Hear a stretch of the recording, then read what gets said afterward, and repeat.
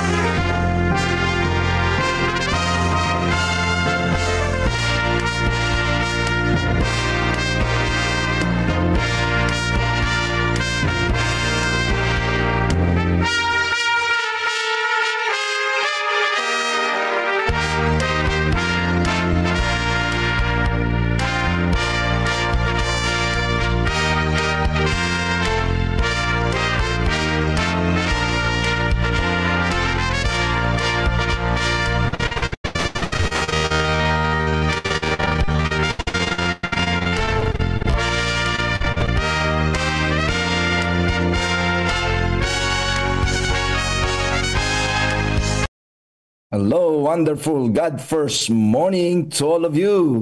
Pastor Melvin. God first morning po. God first Happy morning. 100 days mga kapatid. Kayo, happy Sabat po sa lahat po ng ating pong mga kapatid na nariyan ngayon. At tayo ngayon po ay patuloy na pinagpapala ng ating Panginoong Diyos. Sa umaga po na ito, Pastor Jerry, ay tayo po bago manalangin ay magbabasa ng banal na kasulatan. At ang ating Bible reading ngayon ay nasa Hebreo chapter 9 verses 23 to 28. So sabi po dito, kinakailangan nga na ang mga anyo ng mga bagay sa sangkalangitan ay linisin ng mga ito. Ngunit ang mga bagay ring ito sa sangkalangitan ay linisin ng lalong mabubuting handog kaysa rito. Sapagkat hindi pumasok si Kristo sa dakong banal na ginawa ng kamay na kahalintulad lamang ng tunay, kundi sa talagang langit upang humarap ngayon sa harapan ng Diyos dahil sa atin. At siya hindi rin naman kailangang ihandog na madalas pa ang kanyang sarili, na gaya ng dakilang saserdote na pumapasok sa dakong banal taon-taon na may dalang dugo na hindi niya sarili. Verse 26, sa ibang paraan ay kailangan na siya'y magbatang madalas mula nang itatag ang sanlibutan. Datapwat ngayon ay minsan sila'y nahayag sa katapusan ng mga panahon upang alisin ang kasalanan sa pamamagitan ng pagkahandog ng kanyang sarili. Verse 27, at kung paanong itinakda sa mga tao ang mamatay na minsan at pagkatapos nito ay paghuhukom. Verse 28, ay gayon din naman si Kristo na inihandog na minsan upang dalhin ang mga kasalanan ng marami, sa ikalaway pakikita na hiwalay sa kasalanan, sa ikaliligtas ng mga nagsisipaghintay sa Kanya. So si Kristo po ang better sacrifice. Siya po ang tanging handog na ito ipinaliwanag ni Angel Gabriel kay Daniel, yung pong part ng 2,300 days na kasama doon yung pong paglilinis ng sanctuaryo, kasama doon yung paghandog sa ating po Panginoong Jesus. Na wala nang mas iba pang maayos o better na sacrifice kundi si Jesus Christ, na siyang nagbi-ministry sa atin ngayon sa sanctuary, mga kapatid, na mamagitan sa atin. So tayo po ay manalangin para po sa ating po pagsisimula. Tayo po ay manalangin. Panginoong Diyos na siyang nagmamahal sa amin, patuloy po namin kayong sinasamba, at sa umaga na to ng araw ng Sabat ay amin pong idinadalangin ang bawat isa sa amin. Palakasin niyo po kami, Panginoon. Patuloy niyo kaming gisingin ngayong umaga. Ang aming puso't isipan ay mahok sa inyo po mga salita at maintindihan namin ang mga mapag-aaralan namin. Tulungan niyo po kami, Panginoon. Kayo po ang aming tagapagligtas. Kayo po ang lumikha ng langit at lupa, at ang araw ng Sabat na ito, alam po namin na kailanman ay hindi niyo po kami pababayaan. Salamat po sa kasiguraduhan ng kaligtasan. Ito po ang aming dalangin sa banal na pangalan ni Jesus. Amen. Amen. So happy Sabat po sa inyo pong lahat. Ngayon po ang pasimula ng ating 100 days celebration ng Central Luzon Province's Vision Daily Spiritual Empowerment, mga kapatid, no? Pwede ba nating kamayan yung bawat isa? Kamayan, batiin ang bawat isa kung kayo po yung nariyan. So meron tayong mga kapatid dyan. Pastor Jerry, ayan. Hello po. Happy Sabat, happy anniversary. Happy 100 days. Happy 100 days celebrations. Happy 100 days celebrations sa inyo lahat, mga kapatid. Let us welcome our speaker mamaya. 100 days celebration, mga kapatid. Hello. So kasama rin po natin yung ating mga visitors. Ayan, si Sister Mercy Gineras. Yeah, so mamaya ay magkakaroon po tayo ng mga reflection at mapapakinggan po natin sila. Yeah. So ngayon pong umaga ay ating pong mapapakinggan ang ating pong devotional reading sa Lest We Forget. Pangunahan tayo ni Pastor Ranel Pipito at closing prayer po pagkatapos niya mag-reflect, at pagkatapos po noon ay isusunod na po natin yung commitments and testimonies na magagaling sa ating po mga bisita ngayon. At pagkatapos po nun, mga kapatid, ang ating speaker, si Pastor Rachel Capobres. By the way po, ang mag-handle po ng program sa buong ang mga host po ngayon ay magagaling po sa mga Area 5 pastors. Ayan. So yung pong ating pong pag-aaralan mamaya ay sa stewardship, panguna ni Pastor Capobres. Pagkatapos po noon ay COP video. Ayan. Tapos Harvest 2025 na prayer commitments, united prayer na ipagkakalob sa atin ni La Pastor sino nga, yung po ating po mga church planter dito sa Area 5. Yan, yun po sila po yung mag-handle ng ating united prayer. Ang prayer focus po natin ay ang family po ni Pastor Pipito. At gayon din po, mga kapatid, ay mapapakinggan po natin ang katiwalang tapat na kinumpos po ni Pastor Jerry Estabilio. So yun po yung ating mga program, mga participants. So tayo po ay tawagin na po natin si Pastor Ranel Pipito. Pastor Ranel, good morning po. Okay, good morning Pastor Melvin. Salamat sa sa umaga ito at salamat din sa ating Panginoon. Gandang umaga sa ating lahat. God first morning. At tayo po ay dadako na sa atin pong devotional this morning. Ito'y pinabagatan nakuha ni Bates ang Sabat part 2. So ating po napag-alaman doon sa part 1 na kung saan ay niyahayag, no, bago pa man po nagkaroon ng Great Disappointment 1844, ay meron na pong katotohanan nabuo at ito po sa magitan ng mga Seventh-day Baptist. Ano? So sa akin po reflection dito sa umagang ito ay nakikita ko po na ang Diyos ay sagana po kanya ay talagang hindi lang po nagpipreserve, nanatili po yung kanyang katotohanan. Sa iba't ibang kapanahunan, kagaya po nito na si Joseph Bates, siya po yung natin na pag-alaman na siya po yung the Apostle of Sabbath. Ano? So dito sa kasaysayan ito, sa umagang ito ay nilalahad na kung saan ay bahagi noong formative na katotohanan yung Sabbath. Bago pa man nag-1844, ay ito'y nahagip na sa isipan po ni Bates. Pero hindi lang kasi ito ang focus noong kapanahunan sapagkat in preparation to 1844 na prior sa kanilang kaisipan na magkaroon po ng tinatawag natin na yung pagbabalik, yung nakafocus po sila doon kasi ay narinig na niya po ito, no, sa kanya po mga kaibigan, sa kanya po mga closer friend at may didiin po ito bukas.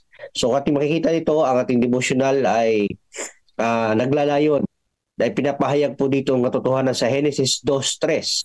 Kaya pinagpapala ng Diyos ay kapitong araw at ginawa itong banal sapagkat sa araw na iyon siya ay nagpahinga mula sa lahat ng gawaing paglikha na kanyang ginawa. So noong nakaraan, binanggit natin na nagkaroon ang ilang resulta ang Seventh-day Baptist sa kanilang pagsisikap noong unang bahagi ng 1840. So ito na nga sinasabi ko sa inyo kanina, no? Na mayroong pinaglalaanan ng Diyos. May tumanggap na. Well, in fact, sangayon nga doon sa pagkatala, noong nakaraan lang na status ay sila po'y umabot ng 6,000, no? Pero sa kasalukuyan, with the existence of 160 years, ay nabawasan pa sila kasi ang kanila isipan ay nakafocus sa tinatawag po natin na doon sa wala sa evangelism, wala sa paghahayo, paliwanag yung Sabat. Pero salamat sa Seventh-day Adventist na ito po'y natagpuan ng isa pong ating pioneer na mahalaga na si Joseph Bates. Sabi ito pagpatuloy, sabi niya, kawili-wili isang mahalagang bahagi ng interest na ito ay lumitaw sa hanay ng Millerite Adventist bilang resulta. Inulat ang Sabbath Recorder. So ito yung nagtala nung araw doon sa tinatawag po natin na pangyayari na grupo, no? Noong Hunyo 1844 na maraming bilang ng mga naghihintay sa mabilis na pagdating ni Kristo ang yumakap sa ikapitong araw at sinimulang ipagdiwang ito bilang Sabat. Ipinahayag din ng recorder na ang pagsunod sa Sabat ay isa sa pinakamainam na paghahanda para sa pagdating ni Kristo. So doon, pinagdidiin nila kasama, i-integrate that, pero hindi. Sabi ko sa inyo kanina, hindi nila nagiging priority. So patuloy, hindi natin tiyak kung ano ang eksaktong ibig sabihin ng recorder sa pagsasabing maraming bilang ng mga Millerites ang nagsimula ng ipagdiwang Sabat sa tag-init ng 1844. Ngunit alam natin na naging isang usaping mahirap tugunan ang Sabat sa ikapitong araw. Kaya't noong September, naglabas ng Midnight Cry ng dalawang mahabang artikulo tungkol sa paksang ito. So, nagkaroon na ito talaga ng pagtalakay, no? At naitala pa ito, nailathala doon sa kanila pong pinaka-circular ng Midnight Cry. Maraming tao ayon sa isinulat ang lubos na nagbahala tungkol sa kanilang inakalang obligasyon. Ipagdiwang ay kapitong araw. Napagpasyahan ng mga editor na walang tiyak na bahagi ng panahon na hinihiling ang batas na gawing banal. Ngunit kung ang ganitong konklusyon ay hindi tama, kung gayon, naniniwala kami na ang ikapitong araw ay ang tanging araw para sa pagtalima na mayroon anumang batas. So naipagdidiin po nila, no? Talagang ganun kahalaga yung Sabat. Ang panghuling artikulo ay nagtapos sa pahayag na ang mga kapatid na sumusunod sa ikapitong araw ay sinubukang ayusin ang lumang sirang pamatok ng mga Hudyo at ipinasan ito sa kanilang leeg. Sinabi rin sa artikulo na hindi dapat tawaging Sabat ang linggo. So talagang dito na nagkakaroon ng tinatawag natin na pagkapahayag ng Sabat kung atin po makikita. So patuloy, sabi dito, tumutugon ang Seventh-day Baptist artikulo ng Midnight Cry. So sabi ko sa inyo kanina, prior to 1844, itong mga Seventh-day Baptist, ito yung mga nagpasulong. Well, in fact, meron na nga silang formative na tinatawag natin na conference na kanila po itong bahagi ng kanilang pag-aaral. So sila yung nag-adapt sa ganitong pagkasabi. Sabi pa ho dito, sa pagsabing ng bagong matuklasan ng mga mananampalataya, naniniwala sa ikalawang pagparito na nagpapahayag na si Kristo ay darating sa ika-10 araw ng ikapitong buwan, ay marahil naging sanhi na pagkaantala ng kanilang isipan at nagbigay daan upang isaalang-alang nila ang katotohanan tungkol sa Sabat. So sobra excitement na si Jesus Christ ay darating na. So yun yung pinaka-focus po nila at hindi po napigyan daan ang pagtalakay sa Sabat. Ngunit sabi dito at ganoon nga ang nangyari, no? Ngunit ang katotohanan sa Biblia ay nananatili sa bagay na iyon. Tayo ay dapat maging mapagpasalamat. Ang Diyos ay gumagabay sa kanyang bayan bilang isang kabuuan at sa bawat isa sa atin bilang mga individual patungo sa tamang landas ayon sa kanya pong salita. So ating makikita po dito mga kapatid na kung saan ang ating Panginoon Diyos, ang kanyang katotohanan mananatili kahit maraming sumasalungat dito. Minsan mahirap tanggapin ang isang aral na salungat sa isang nakasanayan. Ngunit sa tunay na pananampalataya ay nakasalalay sa pagsunod sa kanyang salita. So yun po yung nangyari kay Joseph Bates na kung saan ay kanya po nahagip na ito, nakuha na po niya. No? Kaya po siya binansagan na the Apostle of the Sabbath sapagkat God preserved his life and his mind with his experience. At yung katotohanan na dahan-dahan na ipinapahayag po sa kanila, kagaya po ni Joseph Bates, ay kanya po naintindihan ito. Later, may explain ito doon sa isang prominent member na si Rachel Oakes at saka doon sa yung kanyang kaibigan na si Wheeler, no? Na mas naidiin pa sa kanya yung detalye. So dahil po dito mga kapatid, ating makikita na tunay ang Diyos sa iba't ibang kapanahunan ay lagi po siyang gumagawa. Lalo tingin sa lahat na hindi lang po siya mayroong tao, kundi sa liwanag ng kanyang katotohanan ay talagang yung bawat kaluluwa, kagaya po ni Joseph Bates, nung kanyang matanggap ang liwanag na ito, ay siyang naging dahilan na kung saan ito po'y naipasok bahagi ng isang mahalagang aral na pinanghahawakan ng Seventh-day Adventist. At ating pong naibabalik ang ating kaisipan doon sa liwanag ng salita ng Diyos na walang iba, yung araw ng Sabat. So pagpalain tayo, happy Sabat po sa lahat. God bless. Closing prayer, Pastor Ranel. Okay, tayo po yung manalangin. Kapagpala namin Diyos, minsan pa sa aming po mga buhay, salamat sa pagkakataon na muli kami yung ginising pinagkalooban ng buhay kalakasan sa araw na ito. Salamat din Panginoon na kung saan inyo po pinagkaloob sa amin ng karunungan.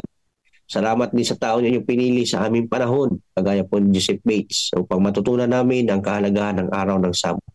So pagpalain Panginoon Diyos ang bawat isa amin, sa aming po pagkaroon ng banal na pagtitipon ngayon upang sambahin ka, pangunahan kami at sa umagang ito sa aming pagpasimula, pagpalain po lahat ng mga nakikinig at ganoon din ang aming programa Panginoon, God First Morning, na mas lalo pa naming matutunan ang kahalagahan ng bawat salita na inyo pong binabaybay sa inyong pong lingkod. Salamat din sa pagtanggap sa aming mga kahilingan na inyo pong nababatid sa aming mga puso't isipan. At salamat din Panginoon Diyos sa kapatawaran ng aming mga kasalanan sa pangalan ni Jesus. Amen. Amen. Amen.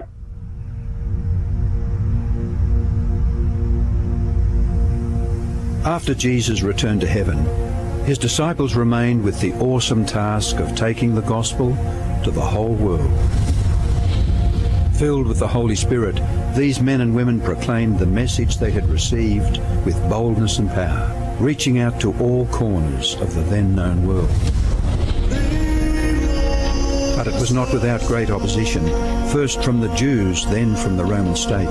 Many Christians were faithful to the point of death, suffering torture and humiliation from cheering onlookers at the Circus Maximus and Colosseum in Rome and throughout the empire.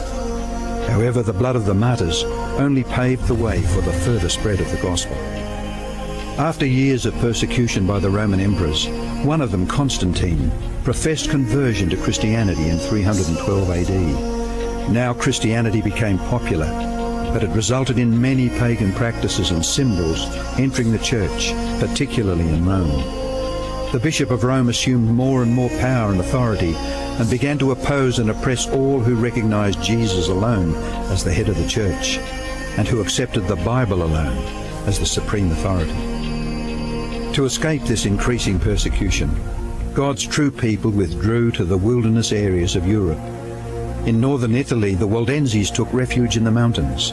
While many were slain, the light continued to shine in the darkness.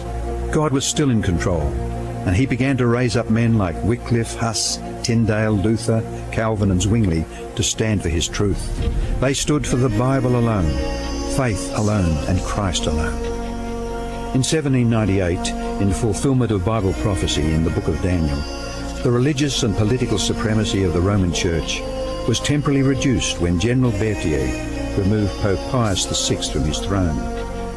Consequently, in the decades that followed, there arose a great awakening of interest in the prophecies of Daniel, and many were convinced Jesus was soon to return. In the United States, the Baptist preacher William Miller was joined by hundreds of other preachers in their expectation of the return of Jesus in 1844. However, when Christ did not return in 1844, further Bible study led a small group to discover that Christ's ministry in the heavenly sanctuary was an explanation for their great disappointment. They discovered that the Bible taught that the seventh day was the Sabbath that Jesus had set aside for his people. Slowly they came to understand that their mission was to preach the three angels' messages of Revelation 14. Their goal as Seventh-day Adventists was to preach with power the everlasting gospel and to prepare the world for Christ's return. More than 160 years have now passed, years that have brought 2 world wars, numerous military campaigns, financial depression, the rise of atheism and secularism, as well as a booming world population, with natural disasters increasing in frequency and intensity. Today, the Church's mission and message is more relevant and urgent than ever in its history. Jesus is coming soon, and the world must be warned. Prepare to meet your God.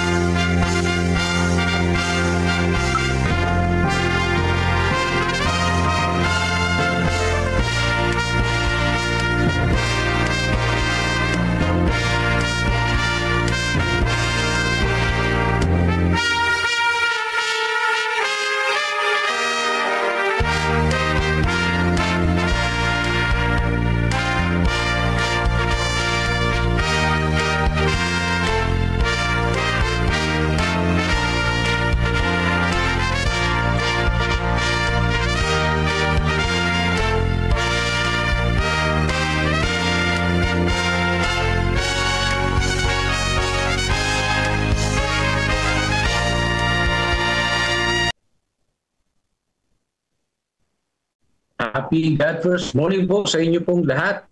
Mga kapatid, happy 100 days celebration sa lahat po ng ating po mga kapatid na nakikinig ngayon. Ngayon po ay isang pagpapala galing sa ating Panginoong Diyos ang sumaatin at meron po tayong mga bisita para po mapakinggan po natin ang kanyang pong testimonies about po sa pagiging katwalang ng ating Panginoong Diyos. At siya po ipapakilala ni Pastor Jerry Estabilio, ang ating pong presidente. Pastor Jerry, sino po yung ating po mga kaibigan, mga kapatid? Yes, magandang umaga po sa inyong lahat. Happy 100 Day celebration of God's goodness, proclaiming God's faithfulness sa nakaraang mga araw. Mayroon po tayong guest speaker ngayon sa ating inspirational na mga patutuo. Ang ating pong speaker ay nanggaling pa po sa Tagum City, mga kapatid. Siya po ay tinaguriang hero farmer doon. Si Brother and Sister Samuel Mercy Garbin Guiñares, mga kapatid. At sila po ay mayroong anak na kaisa-isa. Si Vince Light Garbin Guiñares, first year, siya po ay kumukuha ng plant breeding sa Central Mindanao University, Musuan, Maramag, Bukidnon. Sila po ay kaanib ng Tagum Central Seventh-day Adventist Church. Ang mag-asawa pong ito na si Sister Merce at si Brother Toto, mga kapatid, ay nag-host ng isang program sa Northern Davao Mission sa Hope Channel na ang kanila pong advocacy doon ay stewardship and faithfulness. Ito po ang kanilang nakaraang mga awards bilang sila po ay mga magsasaka.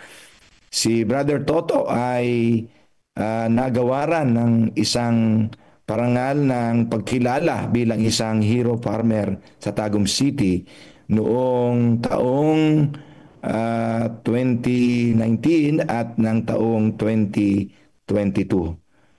Ating pong tanggapin, i-welcome at ating pong pakinggan ang napakagandang mga ginayak na testimony ni Sister Mercy Guiñares. Sister Merce, God bless po sa inyong lahat.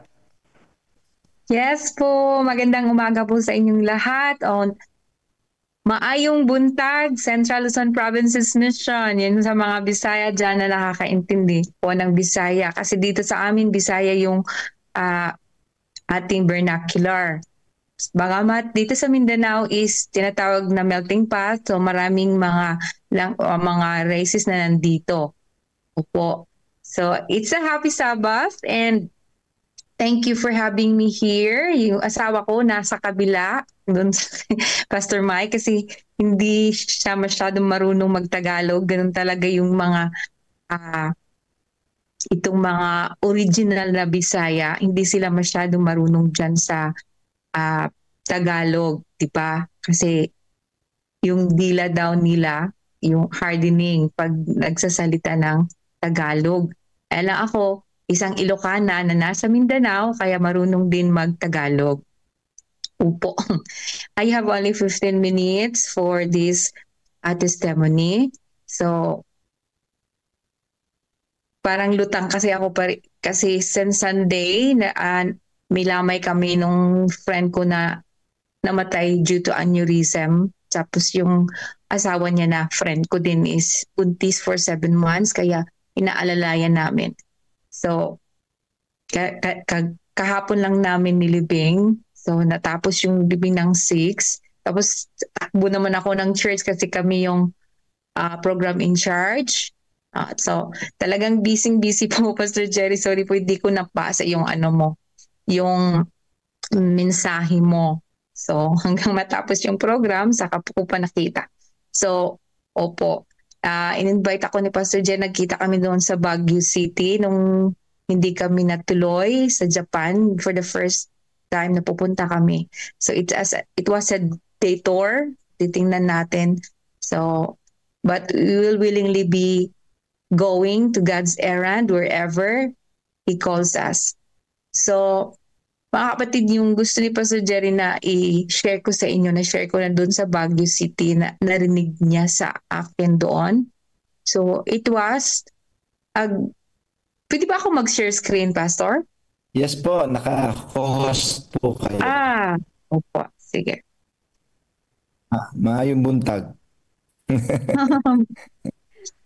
Happy Sabbath po, opo.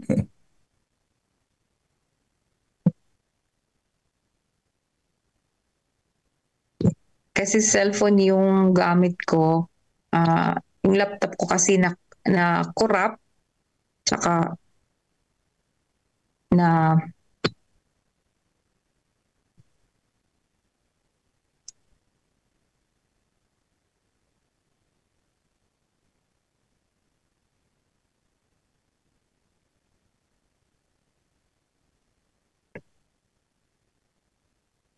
nakakita po ba yung screen? Hindi pa po. Wala pa po, Sister Merce. Kung hindi siya magsi-share,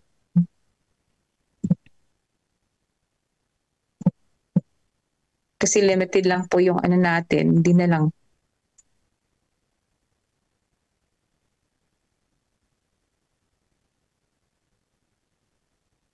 Kaya niya. Error.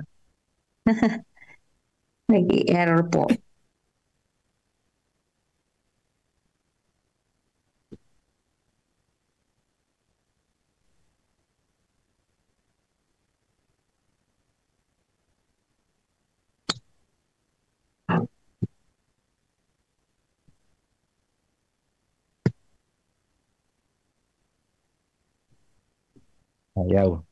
Ayaw. Okay, sige. Ayaw sige. Sayang yung oras po. Sige. Anyway, klaro po ba yung audio ko? Mga kapatid? Happy 100 days pala ng Central Luzon Philippine Mission. So, happy tayo sa progressing na recording in progress sa Luzon po. Okay.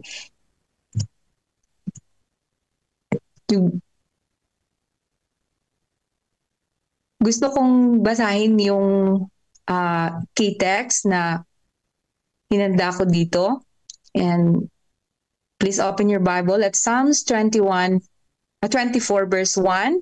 The earth is the Lord's and everything in it, the world and all who live in it. Shall we pray?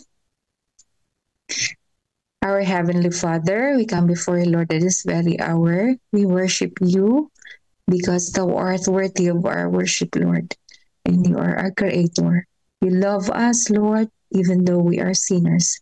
And may you be with us as we share experiences, O Lord, to strengthen our faith and inspire us, Lord, along the way as we wait for your second return. Thank you for all these experiences and thank you for this opportunity. May you be with us and guide us with the Holy Spirit, Lord. Forgive us from all our sins. In Jesus' name we pray. Amen. Amen. Hirap po akong mag-pray ng Tagalog kasi I am used to pray English or Bisaya. Okay, so everything in earth is the Lord's. So, hinanda ko dito is yung bakit ako ganito sa pagiging, sabihin na natin, kung may marinig akong mensahe na it will cause us more near to God, yung magiging obedient tayo, sinusunod ko po yun. Kasi dun sa family namin, importante yung obedience. Lalo na yung mga ama natin na mga old people, di ba? Talagang authoritative sila. Pero yung tatay ko, gusto niya talaga yung mga anak niya sumusunod. Kaya na-train ako na sumunod. So pag may marinig akong mga mensahe na maganda, tapos ma-apply sa Christian life natin, yung sumusunod ako po. Tapos yung pagiging resilient, kasi yung family namin, may 20 years of family na tinatawag from 1976 to June 20, 1996. Yung nanay ko, since that year, 1976, laging nagkakasakit. Tapos yung lahat ng mga ari-arian nila, na binta lahat. So, hanggang sa bumili na lang ng lupa na maliit sa isang barangay dito sa Tagum City. So, yun, napunta kami dito ng 1980. So, pero ganun pa rin, laging nagkakasakit yung nanay ko pero wala pong diagnosis hanggang namatay siya ng June 20, 1996. Grabe yung pinagdaanan ng family namin talaga. Pero for the 20 years, hindi ko naramdamang nawalan kami ng pagkain o hindi kami nakapag-aral po. Bagamat sa public school po kami, pero nakapag-aral din po. Tapos natapos ko yung Bachelor of Science in Commerce, major in management. Bagamat nag-working student, pero natapos talaga, hindi nagkulang ang Diyos sa amin. So, ang tatay ko talaga, hindi naman niya talaga sinabi sa amin niya kailangan yung magbigay ng ikapo at saka itong offering. Hindi niya sinasabi. Nakikita lang namin na sinusulat doon sa tithe envelope nila. Kung sa panahong may magkakasakit sa family namin, kasi malayo kami sa church, 7 kilometers yung biyahe ng jeep, tapos maglalakad kami ng more than 1 kilometer bago dun sa highway. So, pag kami magkasakit sa amin na isa, di kami pupunta lahat. So, parang magka-quarantine kami sa bahay. So, pinapadala yung tithes and offering dun sa kapitbahay namin. So, nakikita ko nakasulat dun. So, alam ko talagang may offering. Pero hindi ko pa alam kung merong talagang percentage na eksakto. Hanggang sa nakapag-asawa na ako, dun na yun sa at 2022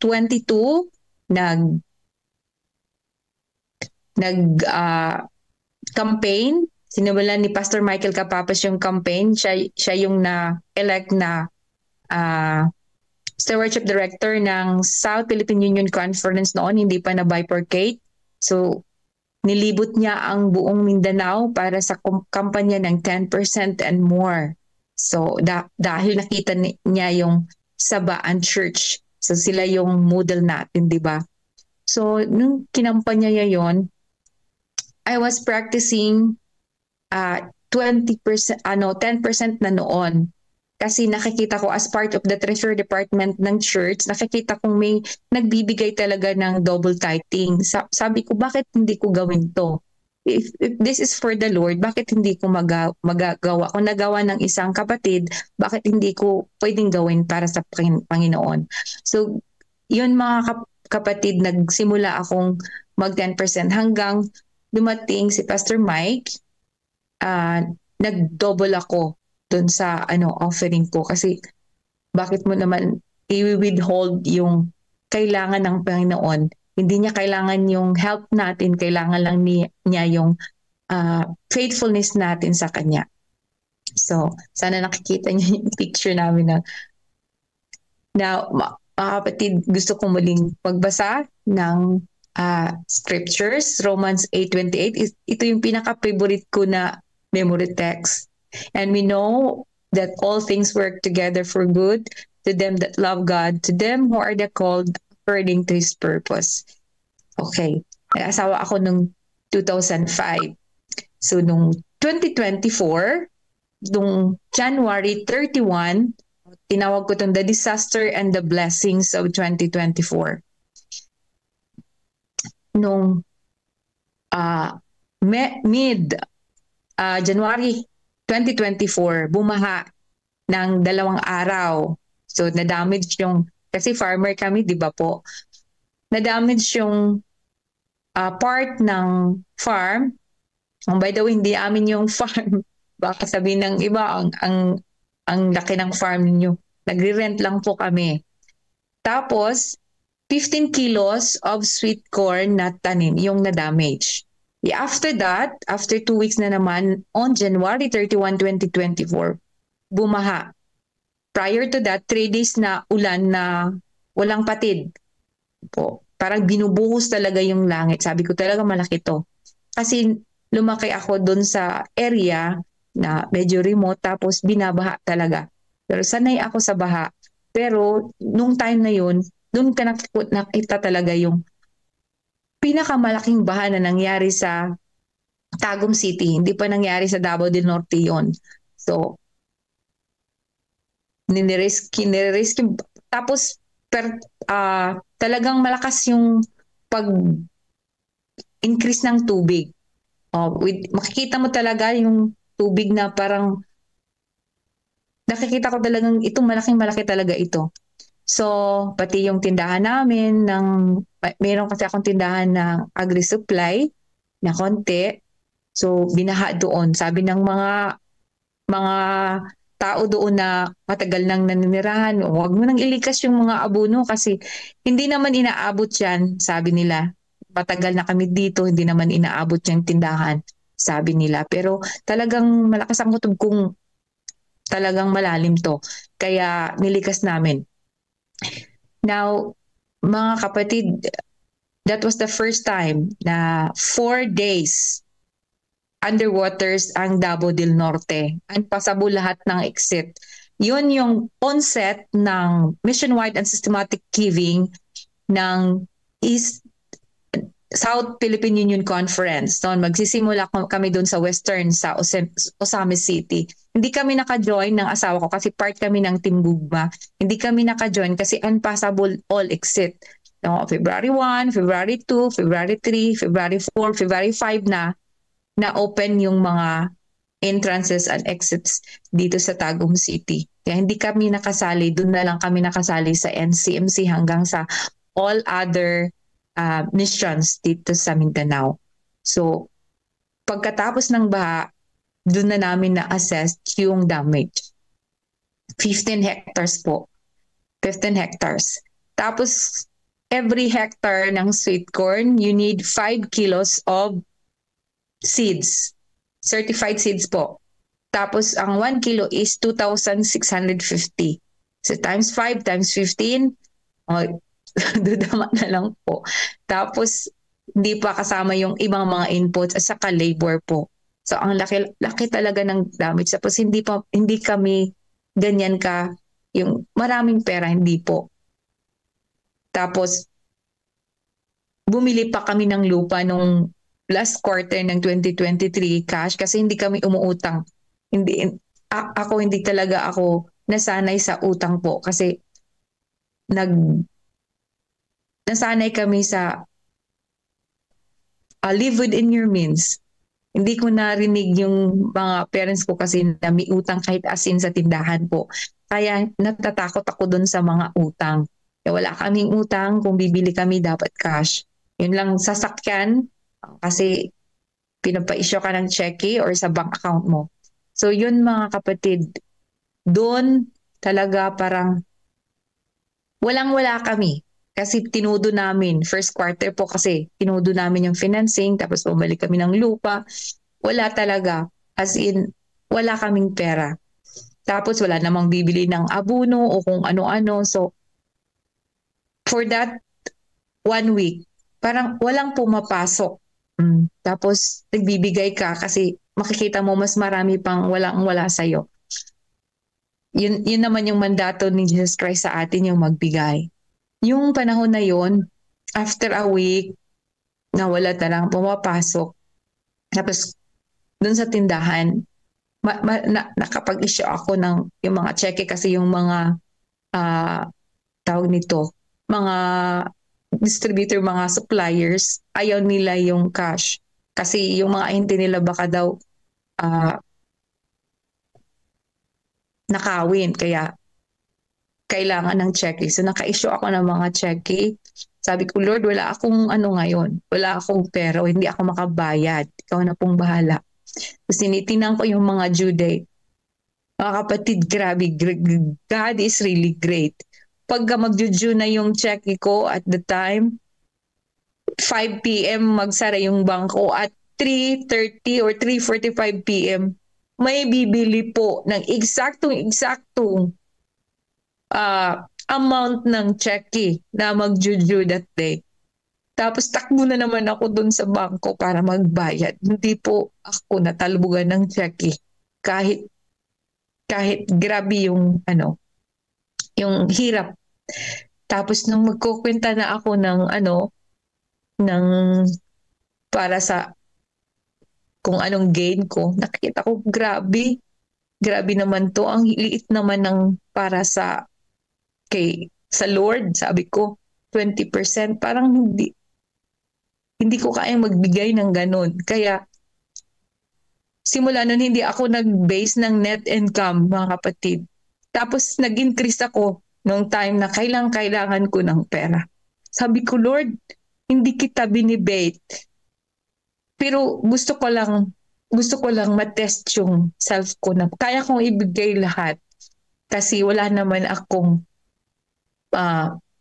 sa akin, sa'yo naman to lahat. So at the time na kailangan mo yung resources na binigay mo sa akin na kaya kong ibigay. Kaya at that time of scarcity, mga kapatid, nag-increase ako. Tapos binibase ko hindi na sa net income kundi sa gross. Bago ko kunin lang yung mga rent, sweldo ng tindera, o kung ano-ano pa, yung mga kailangan ng mga tao dyan sa tindahan. Kinukunan ko muna ng tithes at saka 30% na COP po. Yun, mga kapatid, God is gracious to us kasi hindi kami nagkulang talaga kahit sinustain niya hanggang ngayon. Tapos yung 15 hectares na nawala, na damage. After that, may nagbigay ng binhi yung kapatid natin na nasa isang seed company, no? May stock siya doon sa bahay niya, nagbigay siya ng 5, so nakapagsimula kami. Nung sana nakikita niyo yung yung picture, no? Kasi 65 days, makaani ka na ng sweet corn. So after 65 days, nakita ko talaga grabe na umiyak ako. Kasi instead na isang bunga lang, yung isang puno, 2. Tapos yung mga farmer makarelate nito. Pag 2 yung bunga ng mais, yung isa maliit. Kasi dapat nasa 400 to 600 grams yung isa. Yun yung standard ng sweet corn. Tapos, alam niyo ba, pariho lang yung laki ng 2 bunga ng isang puno. Dumubli po yung yield. Instead na nasa 25 kabans in 1 kilo yung makukuha namin, kumuha kami ng 48 kabans sa 1 kilo po. Yun yung time na pinaka time na kailangan namin ng tulong. Hindi kami pinabayaan ng Diyos. So, yung mga kapatid, grabe. Kaya sinabi ko, Lord, pag galing sa farm yung kitain ko, kasi may mga farmers kami, pinifinansan namin. Tapos pag nagbibigay sila sa akin, kinukuha ko talaga 40% na. Kasi sa lupa sa'yo to Lord, sabi ko, grabe yung increase na binigay mo. Kaya ibibigay ko yun ng increase na kailangan dun sa clinic mong sa iyo. Yun para sa mga tinatawag na missions po. Kasi nakatatak sa isip ko yung tinatawag na global mindset na act locally, think globally. Na yun pala, nakakataba ng puso. Kasi po, kahit nandito ka lang, tapos yung offering mo pupunta dun sa mga missions, unentered territories, kasama ka din sa mga nagpupunta doon kahit nandito ka lang. Kasi yung support mo umabot doon. Tapos happy ka po kasi nakatulong ka kahit konti. Yun nga sabi ni Pastor Rosa, kung ilang taong ka na naging Seventh-day Adventist, yun yung taon na nag-evangelize ka. Kasi binibigay mo yung combined offering plan. Kung nag-o-offering ka, nag-evangelize ka. Kasi tumutulong ka doon sa gawain na magiging effective yung mga tao na nandoon, makapunta sila doon kasi may fans. So ganun po ang aming experience. So sa lahat ng pagkakataon po, pinapasalamatan ko ang Panginoon kasi hindi niya kami pinabayaan. Hindi ako nakaramdam ng kakulangan kahit nung walang-wala kami. Sabi ito ni Sig Ziglar, gratitude is the healthiest of all human emotions. The more you express gratitude for what you have, the more likely you will have even more to express gratitude to Him. Sabi ng Panginoon sa Psalms 34 verse 1, I will bless the Lord and all the times, King David, I will bless the Lord at all times. His praise shall continually be in my mouth. 10% or more COP per Christ, we will go and experience with us. God bless everyone and happy Sabbath po. Amen. Amen. Amen. Amen. Salamat, Sister Mercy. Salamat po, Sister Mercy, sa magandang na nakaka-bless na Amen. testimony. Amen. Bless the Lord. Yeah, Thank you, so sabi ko Mercy. dito, praise the Lord po. So ang oras po natin ay 4:50, mga kapatid. Meron po bang gusto mag-response? Mag-testimony rin doon po sa ating napakinggan, mga kapatid? So kami po ay na-bless, Sister Mercy, sa inyo pong testimony. Tunay na ang Panginoon ay talagang hindi tayo pababayaan. No, yun ang pinakamaganda sa panahon na tayo ay nangangailangan. Yun pala yung panahon na tayo ay mas tumindi pa yung pagtatapat natin sa Panginoon. Kasi minsan, di ba, kapag nangangailangan tayo, parang, Panginoon, next month ko dala ibibigay ito kasi alam niyo naman kapos kami ngayon. Hindi pala, yun pala yung panahon na mas tumindi yung ating pananampalataya at pagtitiwala sa Panginoon. Sino po mga kapatid? Meron po kayong gustong idagdag response mga kapatid ko? Niyo lamang kung taas ang inyong kamay. Pastor Jerry? Yeah. Maraming salamat, Sister Mercy. Di man tayo nakakita ng mga pictures na magaganda. Actually, may mga pictures siya na nai-prepare na ako po mismo ay na-witness ko yung magagandang picture na yon. But however, ako naman ay naniniwala na ating naintindihan. Without that picture ay naintindihan natin lahat ang message ng Panginoon sa karanasan at buhay ng ating mga kapatid, si Sister Mercy at si Brother Toto. Actually, mahaba pa sana yun, buong buo yun eh. Ang nakita ko po dito mga kapatid sa nakaka-inspire na testimony ni Sister Mercy, yung mga binanggit niya na mga sa punto po na tumitindi yung baha, tumitindi yung ulan. Yan po ay mga tanda ng ikalawang pagparito ng ating Panginoon eh, no? Sister Mercy, yung pa-intense ng pa-intense yung mga kaganapan sa paligid natin, ano? Sister Mercy, bilang bilang magsasaka ay daman-daman mo yan siguro mga panahon na yon. Pa-intense ng pa-intense talaga yung sinasabi niya kanina na hindi pa naranasan ng Davao yung ganon kalaking baha, ganon katagal na ulan. Ay doon naman yun ang maganda doon yung message sa akin, ano. Doon naman pa-intense yung faith ni Sister Mercy at si Brother Toto. Nakakatuwa, ano. Yung nai-intensify yung mga signs, yung palala ng palala yung mga sitwasyon. Pero paigting naman ng paigting yung pananampalataya nila. At ganun po sana ang ating nakuhang message. Ayun po yung para sa akin. Ini-encourage ko po kayo na habang tinitignan natin na nagaganap ang lahat ng mga pangyayari sa paligid natin, na patindi ng patindi, sana lalo ring tumitindi ang ating pananampalataya sa Panginoon. At nakatutuwa na yung pong salita na narinig ko kay Sister Mercy, hindi niya sinusubukan ng Diyos kasi tapat na ang Diyos talaga. Subok na. Ang gusto niya talagang ma-intensify sa kanyang sarili ay yung subukan niya yung faith niya. I-test niya yung faith niya sa Panginoon. At hindi siya nabigo. Pinahintulutan siya ng Diyos na sa kabila ng mga naranasan nila ay napatunayan niya na ang kanyang pag-ibig sa Diyos ay dakila. Through the commitments in giving. Mga kapatid, mahirap yun ha. 30% plus yung tithe is 40%. Tama ba, Sister Mercy? Nag-30% po kayo?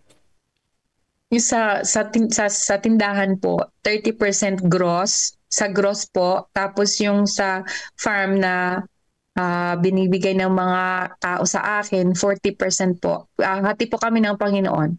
Amen. Praise the Lord. Ang hirap po yan. Ang hirap po yan.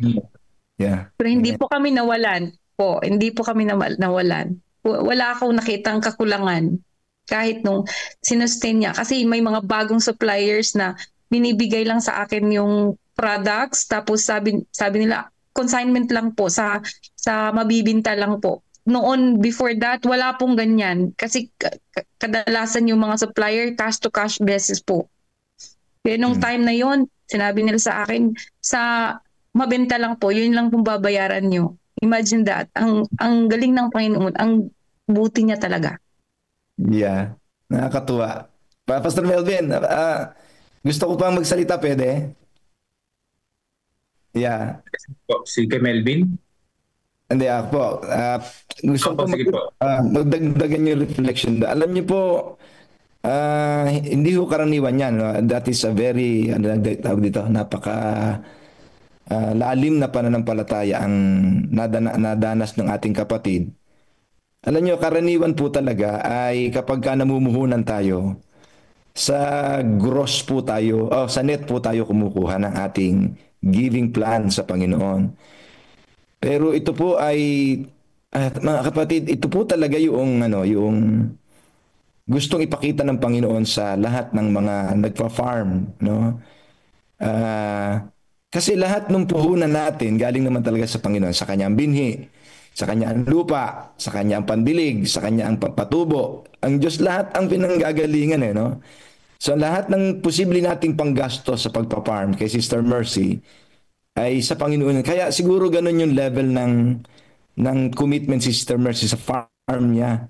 Bago niya tanggalin ang lahat ng mga puhunan niya ay tinanggalan na muna niyang tithes at saka ng kanyang promise offering. No, ang tawag doon ay net. Kahapon may nag-text sa akin. Sabi ko ay nasa sa iyo sis. Pero ako ang sasagot sa tanong mo. Isang magsasaka po siya. 100 kabans ang pinag-uusapan namin kahapon. Ang sabi ko niya, sis, subukan mo kaya sa gross ka mag tithes and offerings. Susubukan daw niya. Pero for now, ay doon muna siya sa net. At nahihirapan po siya. Taga Bulacan po yun. Salamat po. God bless you po. Okay, so napakaganda, nakaka-amaze mga kapatid. Yung hindi lang yung pagtatapat ni Ate Merce, kundi yung pagtatapat ng ating Panginoong Diyos sa atin. Lalo na yung talagang nananampalataya sa Kanya ng tunay. Sa kabila po ng maraming mga pinagdaraanan natin at nakikita natin yung signs of the times, mas maganda mga kapatid na patuloy pala natin paigtingin yung ating pananampalataya sa Kanya. Yan, hindi naman nagkukulang ating Panginoong Diyos at marami po ang mga nakaka-experience niya. So yan po mga kapatid. Meron po kayong gustong i-response pa mga kapatid ko? Nandiyan po sa ating pong platform, comments mga kapatid. Ayan. O meron po bang balitang comment dyan sa ating po Facebook Live, yeah? Pastor Melvin. Yes po. Brother Johnny po. Ako, brother Johnny. Ako po ay nagagalak sa araw na ito at gusto ko pong mag-share na ito ay recently lang po na karanasan. Sa katulad po ng aking nabanggit nung mga nagdaang panahon na simula nang ako po ay mag-COF ay hindi ako ang naghahanap ng trabaho, kundi yung trabaho ang naghahanap sa akin. Yun po ang karanasan ko po. Nung pong Last November, meron po ako isang tao na nakita doon sa opisina sa Meralco dito sa San Miguel. Kinuha po niya sa akin yung number ko. Sabi niya, nagpapagawa ako, Kuya Johnny, ng apartment. Sabi niya ganun. Gusto ko ikaw ang mag-install ng kontador. Kasi ang trabaho po namin ay contractor ng metering sa metro ng Meralco. At sabi niya, meron akong pinapagawa na apartment. 8 yun, sabi niya. Sa iyo ko ibibigay yung contract para sa metering. Sige, sabi kong ganun. Binigay ko po sa kanya yung number. Pero ang nangyari, mga kapatid, ay nawala. Hindi niya nung kinokontak na niya ako, tinanong niya yung ate niya na kung ano yung number ko. Ibinigay nung ate niya, pero nagkamali pala ng isa. Ang number ko kasi ay 0908-883. Ang nabigay sa kanya nung ate niya, 2882. Ganon. Tapos diretso na po. Tapos hindi na niya ako makontak. Simula December, kinokontak niya ako hanggang sa marami nang lumalapit sa kanya para i-contract kasi matatapos na yung building eh. Finishing na po yung building sa ngayon. Tapos ang ginawa niya ay hinanap niya yung yung number ko, hindi rin niya makita. Naisip niya yung ate niya saka yung misis ko magkaibigan sa Facebook. Ang ginawa niya ay tinanong niya yung ate niya, ate, ano ba yung account nung kaibigan mo? Kinuha niya yung account ng misis ko. Pagkatapos, ang nangyari ay chinyat niya yung misis ko. Sabi niya, pwede bang makuha yung number ni Kuya Johnny?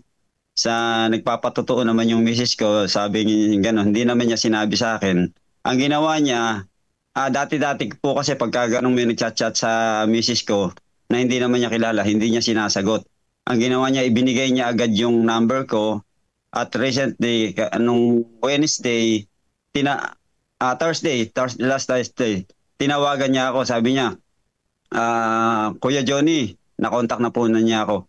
Matagal na kitang hinahanap, December pa lang. Ngayon ay last day na niya ng 27 po, February 27. Sabi niya, matatapos na yung building ko, kailangan ko na ng kontador. Pwede ba kitang makausap? Sabi niya, sige ako, bukas ng umaga, pupunta ka ako dyan. Pinuntahan ko po kahapon, mga kapatid, at ikinuwento nga niya na maraming mga kontraktor na pumupunta sa kanya. Kasi, biruin nyo, 8 units na apartment. Sa amin po kasi pagka nakakuha ka ng isa, dalawa na contract ay talagang malaki na yun. Ang nangyari, mga kapatid, ay nakipag-arrange siya, nakipag-deal sa akin. Ang per unit po kasi ng contract sa bawat establishment ay ang tanggap namin ay 12,000. Meron daw kumukuha sa kanya na mas mababa. Pero hindi po niya ibinigay kasi meron na po akong kausap, sabi niya ganun. At nagtapos po kami ng deal kahapon, nag-down na po siya ng 50,000 dun sa... Praise the Lord. Sabi ko, Pastor, parang gusto kong maluha nung nag-uusap kami kasi nakita ko, mga kapatid, kung paano gumawa ang Panginoon. December, hinahanap niya ako, hindi niya ako makita. Tapos yung cellphone ko nawala sa kanya. Pero gumawa siya ng paraan para makontak niya ako. At dito, mga kapatid, ay nung ikinukwento ko sa asawa ko, sabi niya, hindi ko kilala pero binigay ko yung number mo. At sabi nga niya ay natapos po yung deal namin kahapon at ginawa ko agad yung report. Pinasok ko sa opisina at tuwan-tuwa yung aming sabi niya, meron kaming 8 units na pinasok sa kanila kahapon mismo. Kaya nga ako kahapon pa lang hinanda na po namin yung aming COP. Yung para doon at yung misis ko, yung ibinigay ko sa kanya, meron din po siyang COP doon. Kaya maraming salamat sa Panginoon Kasi nakita ko kung paano gumagawa ang Panginoon na sabi nga ni Sister Mercy, pag nagtiwala ka sa Panginoon, hindi kanya pagkukulangin. At yun lang po at maraming salamat. Put God first and you will never be lost. Maraming salamat po. Amen. Salamat po. Amen. Ayan. Tunay na ang Panginoon ay talagang mabuti sa atin. Grabe yun, no? Inaanap pa talaga si Kuya Johnny. Kung iba yun pabayaan mo na yun. Wala na yung number niya. Pero talaga ang Panginoon na gumano, nag-direct nagkabay dun sa kliyente ni Kuya Johnny. Ayan. So ngayon po mga kapatid, oras po natin ay 5 a.m. Ng umaga at tayo po ay tutungo na. Hindi, Pastor. Sige pa, baka Meron pa po? Baka meron pa po sa inyo. Ayan. Pili tayo. Meron pa po ba sa inyo na gustong mag-testimony mga kapatid? Yung masisipag dyan mag-chat. Wala tayong nababasag chat ngayon, ha? Pastor, good morning. Ayun, kay Edmond. Basahin ko lang po yung pinadala ni Sister Imelda Diego. Sige po. Sabi po niya, Amen po Pastor Jerry, ang Panginoon ang siyang maging pangunahing prioridad sa ating buhay, ang hanapin ng kanyang kaharian at kalwalhatian at ang lahat. Although parang ito ay nabasa natin kahapon kung ako hindi nagkakamali. Ayan. Yan. Salamat po. Opo. Abang pa po ako ng iba, Pastor. Okay, yan. Mag-comment lang po kayo mga kapatid yan po sa ating FB Live. At ating po yung babasahin. Yung po mga reflection. At syempre, yung inyong po mga prayer request mga kapatid ko. Meron pa po ba mga kapatid? Pastor Nelvin? Yes po, Pastor Nelson. Good morning po. Good morning. God first morning po sa atin pong lahat mga kapatid. So, tayo po ay 100 days na ng celebration ng ating pong daily spiritual empowerment at talagang malaking tulong sa atin mga kapatid sa ang programang ito sa yung awareness ng atin pong pagtuturo sa mga kapatid ng faithfulness sa COP mga kapatid at ganoon din sa atin pong Panginoon. Yung pong akin pong reflections habang ako nakikinig kay Sister Mercy Ginares ay talagang God is faithful talaga. God is working in many ways. Sabagay, sabi naman ni Mrs. White, God has 1,000 ways that we don't know nothing. So maraming himala ang Diyos. So, maraming ang Diyos talaga mga kapatid. Marami talagang himala na kayang gawin ang Diyos sa atin upang sustentuhan, upang i-provide, upang sapatan ang lahat ng ating pong pangangailangan. So, ganun po mga kapatid ako dito. Kaya ang reflection ko doon ay talagang bagay. Ganoon din yung kwento rin ni Elder Johnny. Mga kapatid ay talagang ang Diyos ay maraming kaparaan ng ginagawa. Ayun ba? Hello, Pastor Nelvin? Yes. Wala ba? Hindi po. Meron po namin yan. Akala ko po na wala pa ako. So yun mga kapatid, ang ko doon din ng aking reflection. Sabagay, sabi ni Miss White, God has 1,000 ways that we don't know nothing. Kaya ako lang natin mga kapatid talagang magtapat lang tayo sa Panginoon. So, wag tayong magdadalawang isip na ipakita yung ating katapatan, ibalik yung para sa Panginoon, ibigay yung para sa Panginoon. So, talagang ang Diyos ay hindi nagmamaliw sa kanyang pag-ibig po sa atin mga kapatid. So, kaya ang atin pong programang ito ng Daily Spiritual Empowerment, God First Morning at Happy Missional Evening, ay mahimok pa ang mga kapatid, ang maraming mga kapatid na maging tapat sa Panginoon. Maipakita yung malaking pasasalamat, love, gratitude sa ating Panginoon mga kapatid. Palakihin natin yung Diyos sa ating buhay. So, patuloy tayong magtiwala sa Panginoon, mga kapatid. Yung karanasan ng atin pong mga kapatid, yung mga patotoo. At karanasan din po natin lahat, mga kapatid.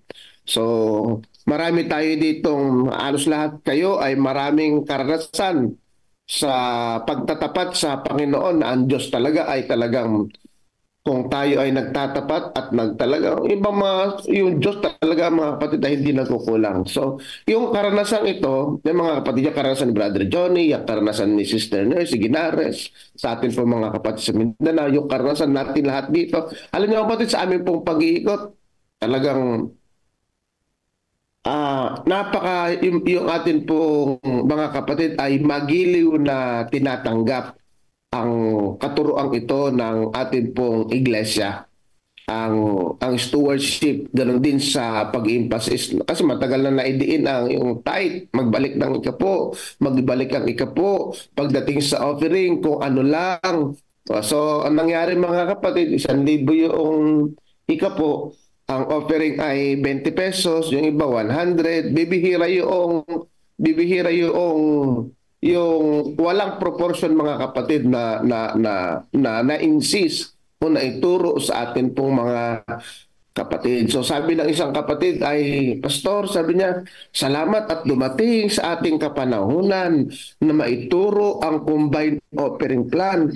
So ganun ba mga kapatid, napakarami talagang patotoo sa atin po, sa aming pag-iikot, sa aming pagdadalaw patungkol sa COP.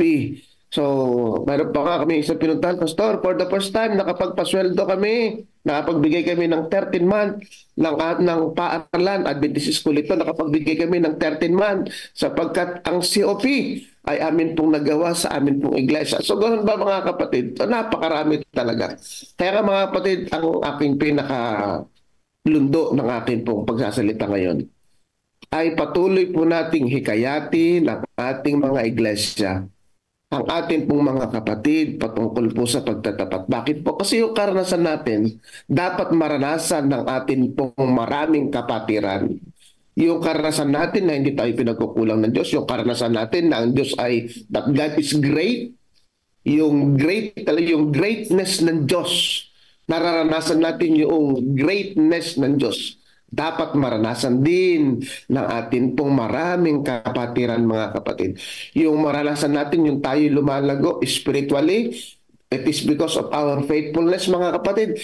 Mahikayat natin ang atin pang maraming kapatiran na patungkol sa bagay na ito, mga kapatid. So, ako yung joy, yung kagalakan na meron tayo sa puso natin. So kapag mahikayat natin ang maraming kapatiran, mga kapatid, malaki po ang impact nito sa atin po mga buhay. Yung ating karanasan, mga kapatid, patuloy po nating i-share yung atin pong karanasan, yung katapatan natin, mga kapatid, ay tugon lamang natin sa katapatan ng Diyos. Hindi magmamaliw ang Diyos, mga kapatid. So yun lang, mga kapatid. So marami pa sana. So God first morning po, mga kapatid. Let us continue to educate our people, mga kapatid, in terms of faithfulness. Salamat po, Pastor Dazon Antonio. Ayan po mga comment po dito sa ating pong chat box. Ayan, sabi ni Pastor Ernie Marin, Happy God First Morning. Pakisama po sa prayer ang buong CLPM office workers. Stewardship visitation sa area 2. Papunta na po kami sa Rizal. Recording stopped. Ingat po kayo. At gayon din ay totoo ang Romans chapter 8:28 sa buhay ni Sister Mercy at Brother Johnny. Yan sabi ni Pastor Raylord Reyes. So basahin po natin yung Romans 8:28 at nalalaman natin na ang lahat ng mga bagay ay nagkakalakip na gumagawa sa ikabubuti ng mga nagsisiibig sa Diyos sa makatuwid bagay niyang mga tinawag alinsunod sa kanyang nasa. Ayan. At meron din po comment dito si Pastor Jerry Estabilio. Ang sabi niya, walang mahirap sa Panginoon. Jeremiah 32:27. Sabi po dito, mga kapatid, 32:27 ng Jeremiah. Ang sabi po dito, ganito po pagkakasabi ng banal na kasulatan. Sa wikang Tagalog po, parang naduling ako. Ayan. Narito, ako ang Panginoon, ang Diyos ng lahat ng tao. may anumang bagay-baga na totoong mahirap sa akin, yan, totoong walang mahirap sa ating Panginoong Diyos. Walang imposible sa ating Panginoong Diyos. Sabi din ni Brother Melvin Bilasano, patunay po na ang pagta-tithes and COP ay hindi pera-pera lang. Yan. Kundi ito ay test po sa atin. Kung gaano tayo magiging tapat sa Kanya, kahit na sa kabila ng mga mabibigat na pagsubok sa ating buhay, ay patuloy pa rin ba tayong magtatapat sa Kanya? Nawa sa kabila ng mga testimonies na ating naririnig ay natututo tayo para pag dumating sa atin ang pagsubok na matindi na kagaya ng dumating sa kanila, ay tularan natin ang kanilang pagiging faithful bilang isang halimbawa. Purihin ang Diyos dahil sa platform na ito, patuloy tayong malakas sa ating pananampalataya. Happy 100 days celebration. Salamat po, Brother Melvin. Ayan. God First Morning Principle, GGF Principle, sabi ni Pastor Jerry, God gave first and give God first. Give for mission. Jesus is coming soon. Yan po. Salamat po sa inyo po mga comment, mga kapatid. Meron pa po ba mga kapatid ko? Pahabol? Pastor Jerry? Bukas na po siguro. Tandaan natin mga kapatid, ang mensahe na pinarating po sa atin. As usual, we invite people to put their full trust in God, mga kapatid, and to be involved in His final mission through systematic and regular giving plan. God bless you po. Okay, purihin natin ang ating Panginoon. Tayo po ngayon ay papakinggan po natin ang God First video at papapakinggan na po natin si Pastor Russell Capobres. A challenging learning process described in the Bible is the call to cultivate contentment, whatever the circumstances. I have learned to be content whatever the circumstances, says Paul. I know what it is to be in need, and I know what it is to have plenty. I have learned the secret of being content in any and every situation. I can do all this through Him who gives me strength. This text indicates that contentment also involves focusing on the spiritual rather than on material things. As adversity always hits everyone's life, how do we learn to develop the kind of contentment mentioned during times of scarcity or trials? The key to understanding it is found in verses 11 and 13. In verse 11, Paul says, I have learned to be content whatever the circumstances. First, being content does not prevent us from looking for something better, but removes undue anxiety. And when we cannot get what we are looking for, or it is improper for us to have it, contentment will provide us serenity and peace of mind. This is how contentment helps us avoid debts. The vast majority of debts result from an anxious or unbalanced pursuit of things we don't have and cannot afford. Second, being faithful in tithes and promise offerings challenges us to trust that everything belongs to God, that He is a good provider, and therefore we can wait on Him while being content with what He left in our hands. Paul never felt himself restricted by scarcity because in verse 13 he said, I can do all things through Christ, not through borrowing money and incurring debt. I'm sure you know people who say, I can do all things through money. But the biblical invitation is for us to say, because I am in Christ, instead of incurring in debt, I will wait for Him to provide what is needed. Because I am in Christ, I know that what He can do for me is not restricted by what I currently have in my hands. Because I am in Christ, I trust that even amid adversity,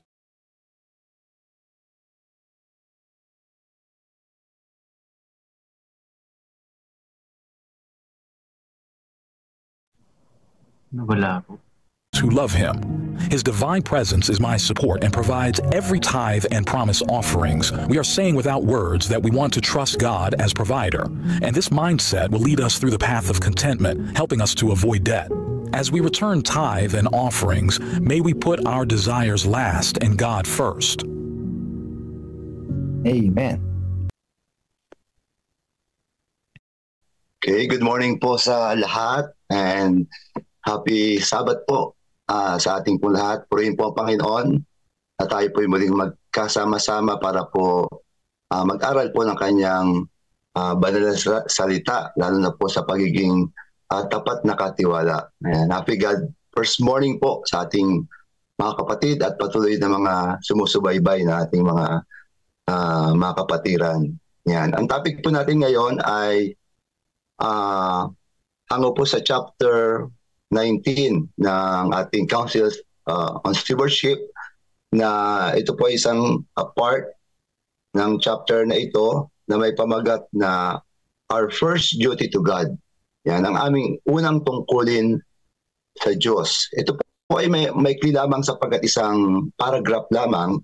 Ngunit nais natin yung makuna ng mga mahalagang katotohanan na nais ituro po sa atin ng ating mahal na Panginoon. Babasahin ko po ito para makita nyo po, marinig nyo po yung kabuuang pagkapahayag ng pag-aaral na ito. Ang wika po, ang aming unang tungkulin sa Diyos. Ang ilan ay nadama sa ilalim ng sagradong mga obligasyon sa kanilang mga anak. Dapat nilang bigyan ang bawat isa ng isang bahagi. Ngunit pakiramdam nila ang kanilang sarili ay hindi maaring magtaas ng paraan upang tulungan ang layunin ng Diyos. Ginawa nilang dahilan na may tungkulin sila sa kanilang mga anak. Maaring tama ito ang wika. Ngunit ang unang tungkulin natin ay dapat sa Diyos. Huwag hayaan ng sinuman ang kanyang mga pag-aangkin at akayin tayo sa tinatawag na pagnanakaw sa Diyos. Huwag hayaang nakawin ng inyong mga anak ang inyong handog mula sa altar ng Diyos para sa kanilang sariling kapakinabangan. Yan. Ito lamang po yung nilalaman ng ating pag-aaral. Pero ito po ay naglalaman at nagpapahayag ng mga mahalagang katotohanan.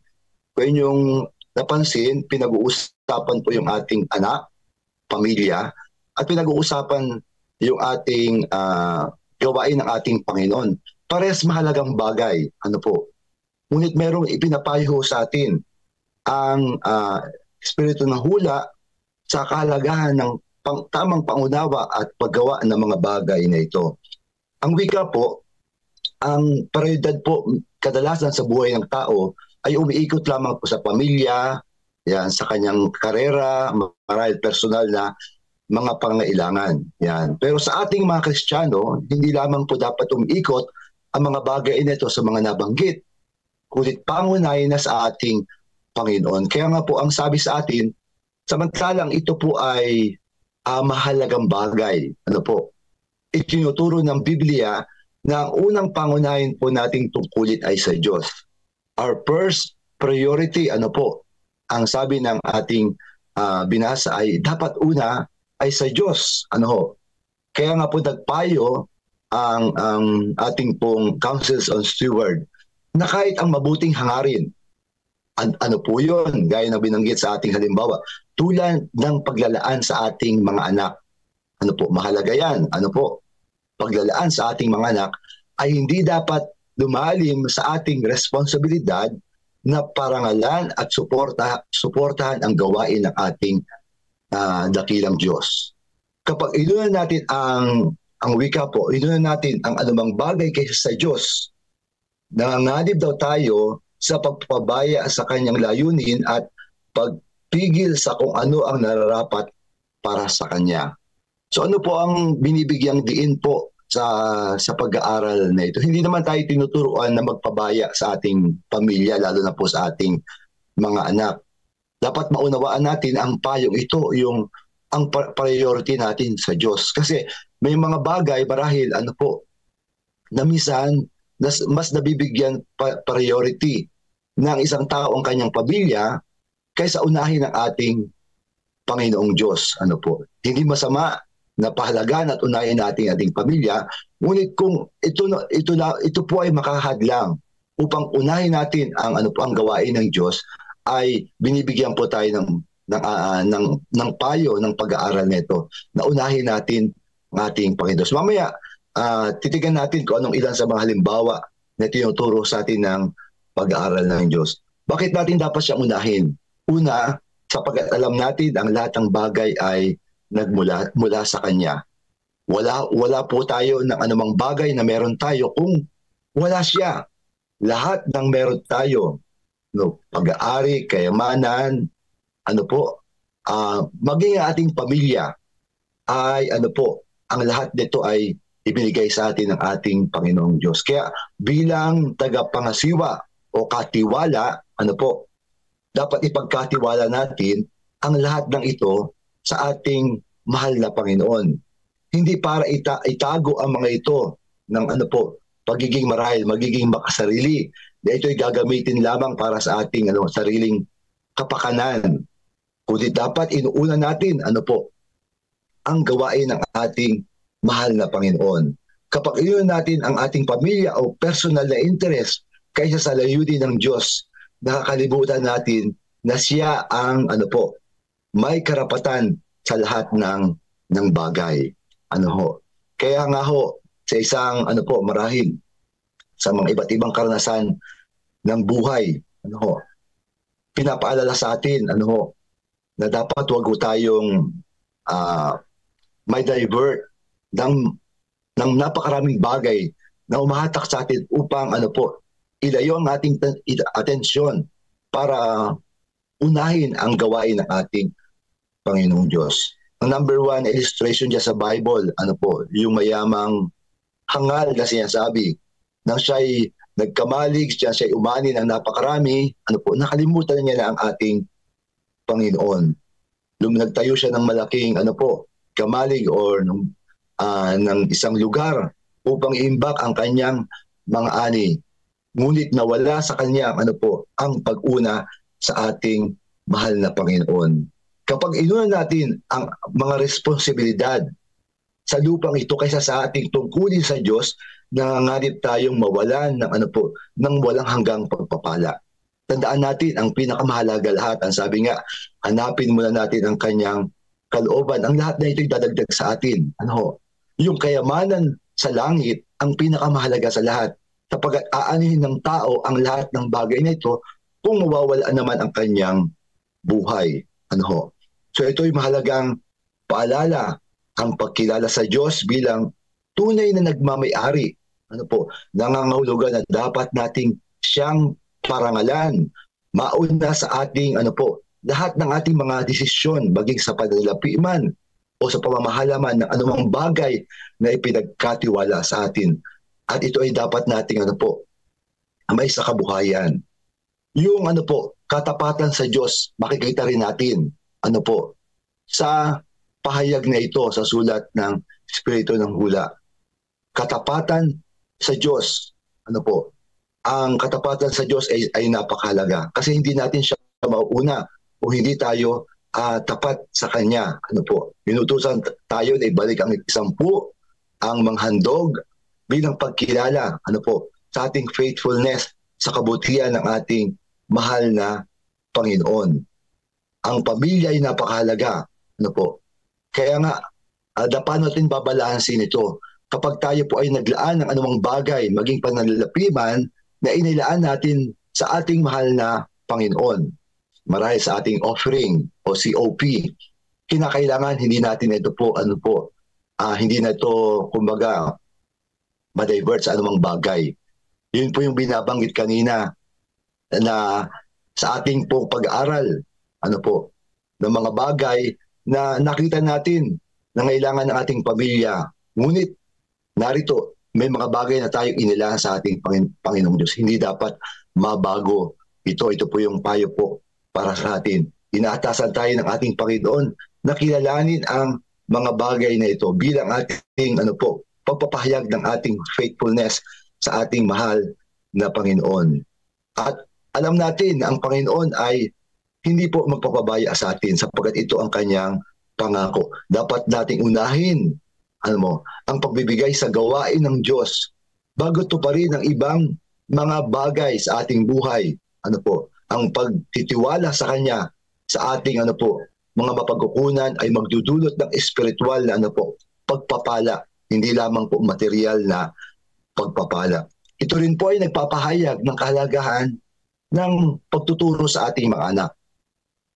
Kanina po binanggit, di ba, yung may kinalaman po sa ating mga anak, sa ating pamilya, may kinalaman sa tungkulin natin sa ating Panginoong Diyos. Our first priority, ang sabi, ay ang ating tungkulin sa ating Diyos. Kaya ako, ito yung ating first priority. Dapat maunawaan ng ating pamilya ang mga bagay na ito. Kaya napakahalaga na ituro natin ito sa ating mga anak. Ang pag-alaan para sa ating mga anak ay isang tungkulin.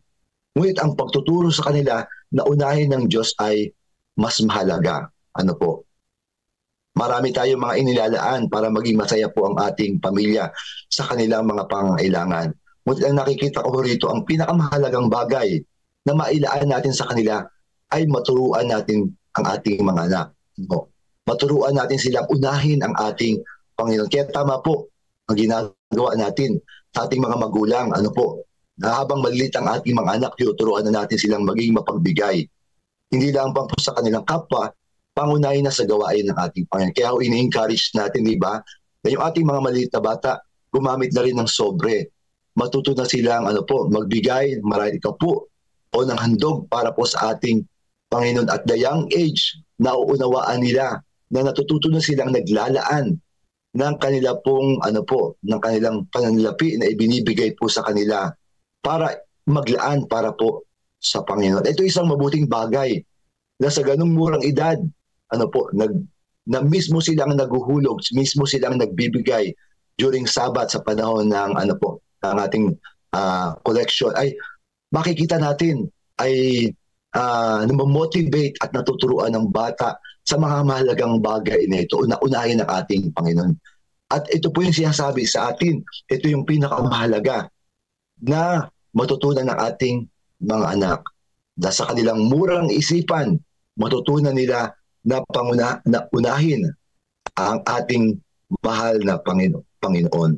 Dapat turuan ng mga magulang kanilang mga anak na parangalan ang Diyos sa pamamagitan ng kanilang ikapu at ng kanilang mga handog at ng kanilang paglilingkod at ng kanilang pagsamba. Kaya nga, kung matututunan nila unahin ng Panginoon, lahat ng bagay susunod nila.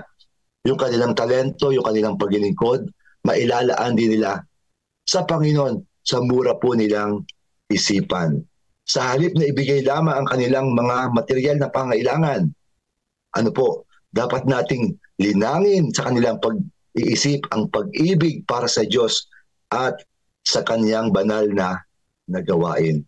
Kauli-ulihan po sa pahayag na ito ay tinuturoan din tayo. Ito ay kaninang pangbinabanggit ng ating mga kamanggagawa at ang ating mga kapatid, yung pagtitiwala sa Diyos. Napakahalagang ma-develop ito. Ang sabi nga natin, kung nangangailangan ang aking pamilya at nangangailangan ang gawain ng ating Panginoon, di ba dapat ay unahin ko ang aking pamilya? Pero dito po pumapasok yung pagtitiwala sa ating Panginoong Diyos. Na kung tayo ay madidevelop ang pagtitiwala na ito, alam natin na ang Panginoon Diyos ay hindi magpapabaya sa atin. Pagtitiwala sa Diyos na ibibigay ng Panginoong Diyos ang ating pangangailangan. Hindi po sinasabi rito na walang pagsubok.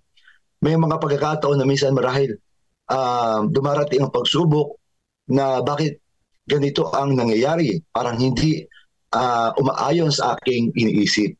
Bahagi lamang po yun ng marahil pagsubok.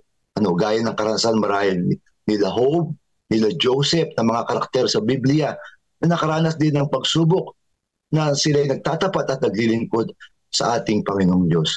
Ngunit at the later part ng kanilang buhay, nakita ho natin na dahil sa kanilang pagtatapat at dahil sa kanilang pagtitiwala, ang Diyos hindi sila pinabayaan. Kaya nga mga kapatid, marami ang natatakot na kung sila ay magbibigay ng bukas palad sa Diyos, hindi sila magkakaroon. Diba madalas nating narinig, kulang pa nga. Kulang pa tapos ay dadagdagan pa. Marahil mga kapatid, itong pagdududang ito ay nais alisin ng ating Panginoong Diyos sa pamamagitan ng ng pagtitiwala sa Kanya. Magtiwala kayo sa atin. Ayun ang Kanyang pangako, diba? Subukin niyo ang sabi ng ating Panginoon. At gaya ng mga patotoo ng ating naranasan at narinig natin sa mga kapatid, na inuna at sinubok ang pangako ng ating Panginoon. Napakaganda ng mga patotoo na ating pong naririnig. ng ating mga karanasan. Ano po? Ngunit ipinangako ng Diyos na kapag inulan natin siya, ano po, ay hindi niya pababayaan ang ating mga pangangailangan. Kaya nga po, yung kahalagahan ng pananampalataya, ito po ang dapat ma-develop po sa atin na kanyang mga anak. Manampalataya tayo kasi ako'y naniniwala na ano po, ng isang taong nagtitiwala at nagtatapat sa Panginoon ay ang Diyos hindi magpapabaya. Sapagkat bakit nga ba tayo pababayaan ng Diyos kung tayo po ay naniniwala at nananampalataya sa Kanya? May mga pagsubok na dumarating, ano po, bisan natetest ang ating faith. Ngunit alam natin in the long run, ano po, yung pangako ng Panginoon, yung Kanyang sinabi sa Kanyang pangako, yun ang mananatili at yun ang mananaig. Kaya nga mga kapatid, pagtibayin natin ang ating pananampalataya sapagkat ito isang mabuting bahagi at dito natin matitest ang lahat ng sinabi ng Panginoon sa Kanyang banal na kasulatan. Through tithes, marahil through COP na ito ang pinopromote sa atin. Alam niyo po, hindi madaling ma-promote sa mga kapatid pero ako'y naniniwala nauna na po natin yung ating mga treasurer, yung ating mga officer, at i-download natin sa kabuuan mga kapatid. Pagamat ito marahil naririnig na ho nila, pero yung pagpa-practice ay hindi ganun pa. Pero alam natin, sa tulong at sa biyaya ng Panginoon, na tayong mga unang nakarinig ng mga bagay na ito at naintindihan natin, alam natin ito rin po ang gagawin ng Panginoon sa ating mga mahal na kapatiran. Kaya nga ho, in conclusion, nawa po sa pamamagitan ng ating patuloy na education, patuloy na paglago ng pagkakilala sa Kanya. It's all about relationship. Yung sinasabi natin sa ating pag-aaral kanina, it's all about our relationship. Yung ating obligasyon sa ating anak, yung ating obligasyon sa ating pamilya, ay hindi dapat, hindi dapat nasabi, hindi dapat maging dahilan na mabaliwala natin ang ating tungkulin sa ating Panginoon Diyos. At kung gagawin ho natin ito, alam natin, hindi lamang natin matutulungan ang ating pamilya na magtiwala sa Panginoon. Ulit, pangunahin na, may tataguyod natin ang banal na gawain ng ating Panginoon. Our first duty, let us always remember, our first duty is to God. Yan. Ating unang tungkulin ay sa Panginoon. The rest will follow sapagkat inuna po natin ang ating Panginoon. Pagpalain po tayong lahat. And happy Sabbath po sa ating lahat mga kapatid. Amen. Amen. Sa Pastor Rachel, pag-progress sa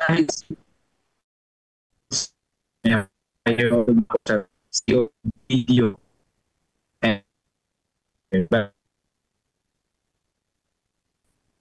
Hello po? Yeah. Okay. Una po, Pastor, thank you po and amen po sa napagandang mensahe. Hingi lang po ako ng dispensa kay Sister Imelda Diego. Sorry po at hindi ko po na ituloy yung pagbabasa. Meron pong nangyari kanina. Ako po yung nakamonitor sa 3 cellphone po, sa Adventist Mission at sa CLPM page. Basahin ko po yung kanya pong pinadala. Muli ay ako po yung hihingi ng dispensa. Ito po ang kanya pong naging comment kanina. Amen po, Pastor Jerry. Ang Panginoon ang siyang maging pangunahing prioridad sa ating buhay, ang hanapin ang kanyang kaharian at kalwalhatian at pawang lahat idaragdag niya sa atin. Sa tulong ng banal na Espiritu, tayo ay kanyang ginagabayan sa ating mga gawain upang magtagumpay sa lahat ng oras. Tayo po ay maging mabuti, tapat na katiwala at maging masunurin sa pagbabalik ng ikapo at handog, COP. Alam niyo po ba ang biyaya sa media ministry po ng family namin at 777 MD at 777 Prayer sa FB Live and Google Meet para sa church building ng Lamaw Mission Group. Kami po ay nakakaipon sa mga bigay ng aming mga sponsors at followers, lalo na po kapag may mga panawagan sa gawain ng Panginoon ay laging may tugon sa lahat ng aming mga pangangailangan sa gawain ng ating Panginoon. Yung iba, Adventist, yung hindi po sila mga Adventist pero ang puso nila ay nasa gawain ng Panginoon. Tapos may sinagot din po silang mga libro na ipamimigay, ay sinagot niya rin po sa preparation ng evangelism ng aming Lamaw Mission Group. Ganon kabuti ang Panginoon. Talaga ang biyaya at pagpapala niya ay sumasagana. God bless us all. Salamat po. Amen po. Amen. Jerry. Ito, COP video po muna tayo. Yeah, so salamat po. At atin na po pakinggan na COP video.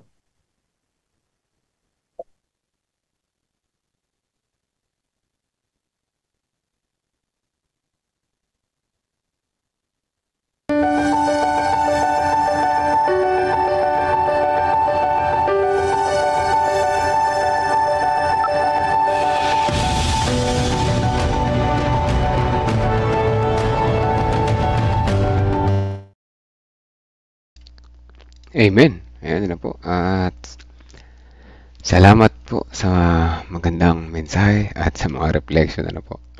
So parang mabilis ngayon pero okay lang And God bless morning po sa inyo dyan at happy Sabbath po sa lahat mga kapatid. Ba't wala yung video ko? Ayun. Ayan na po.